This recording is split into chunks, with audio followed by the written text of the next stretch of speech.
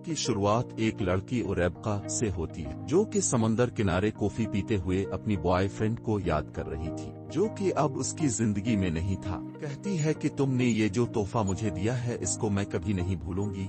Scene बदलता है। एक छोटी बच्ची अकेले साहिल पर खेल रही होती है। एक लड़का इसके करीब से गुजरता है। अगले दिन दोनों दोबारा मिलते हैं। लड़का अपना नाम टॉमी बताता है। वो सारा दिन एक साथ खेलते हैं और बहुत सा टाइम एक दूसरे के साथ सब मिनट करते हैं। समंदर पर खेलते हुए दोनों को एक सनील मिलता है और वो उसे घर ले आते हैं। टॉमी कहता है वो उसे वापस समंदर में छोड़ देगा। रेबका बताती है कि वो कल नहीं आ सकती क्योंकि वो तो कल जापान जा रही है। तो टॉमी बहुत कंफ्यूज हो जाता है और जाते हुए रेबका को किस कर लेता है। टॉमी बाद में इसे फोन करता है। रेबका बाथ टब में नहा रही होती है। टॉमी कहता है कि कल पोर्ट पर मेरा इंतजार करना, लेकिन वो अगले दिन नहीं आता और रेबका मायूस होकर जापान चली जाती।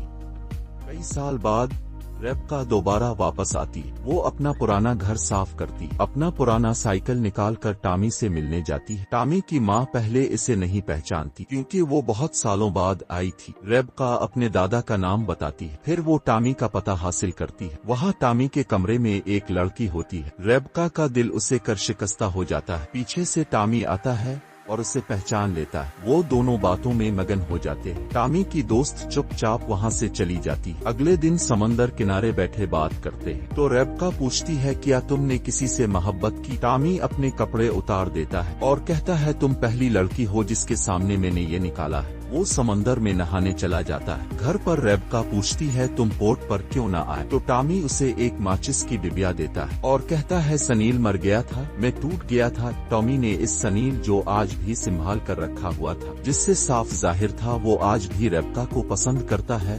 दोनों जज्बाती हो जाते हैं और एक किस सीन आता है। अगले दिन टॉमी अपनी रिसर्च बताता है कि इसने क्लोनिंग पर काम किया है। अब वो कामयाब हो चुका है। वो रेबका को अपने क्लोन किए हुए कॉकरोच भी दिखाता है। तो अगले दिन वो घूमने रेबका को अपनी पसंदीदा जगह ले जाता है। रास्ते में एक खूबसूरत जगह पर रेबका उतरती है।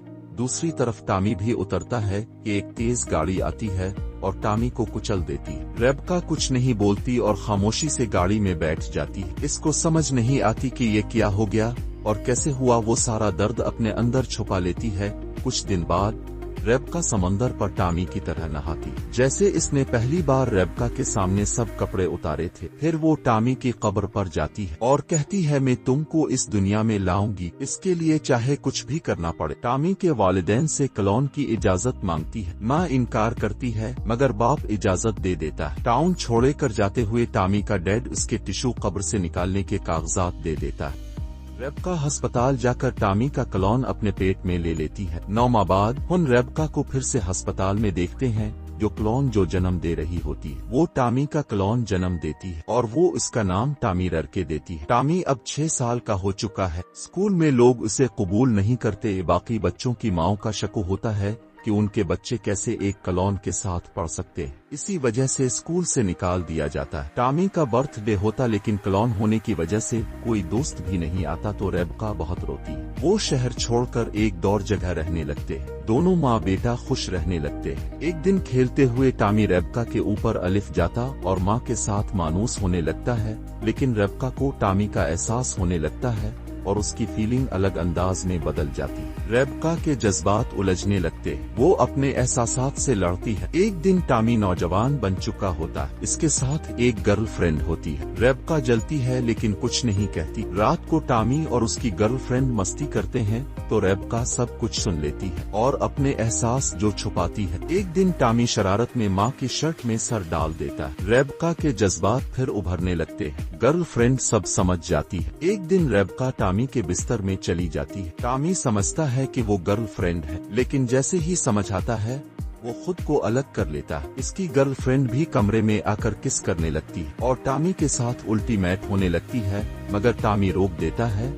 मगर रेबका ये सब देख रही होती है। एक दिन घर में एक बूढ़ी औरत आती है। टॉमी हैरान होता है और पूछता है वो कौन है। रेबका कुछ नहीं बताती तो टॉमी बहुत गुस्सा करता है और बाथटब में लेट जाता है और किसी की नहीं सुनता। अगली सुबह रेबका टॉमी को लैपटॉप देती, सब सच बताती है कि वो एक क्लोन है और ये भी बताती है कि टॉमी मैं तुमसे प्यार करती हूँ लेकिन कहने से डरती हो क्योंकि मैंने तुमको पैदा किया, मगर मैं मजबूर थी। रेबका का एतराफ सुनकर टॉमी शदीद गुस्से में आ जाता है। वो घर की चीजें तोड़ता है। रेबका उसे छोड़ने लगती। टॉमी इसे बिस्तर पर गिरा देता है और दोनों उल्टी मैट होते हैं। कई बार के बाद खामोशी छा जाती है। टॉमी बेग तैयार करता है और रेबका को छोड़कर चला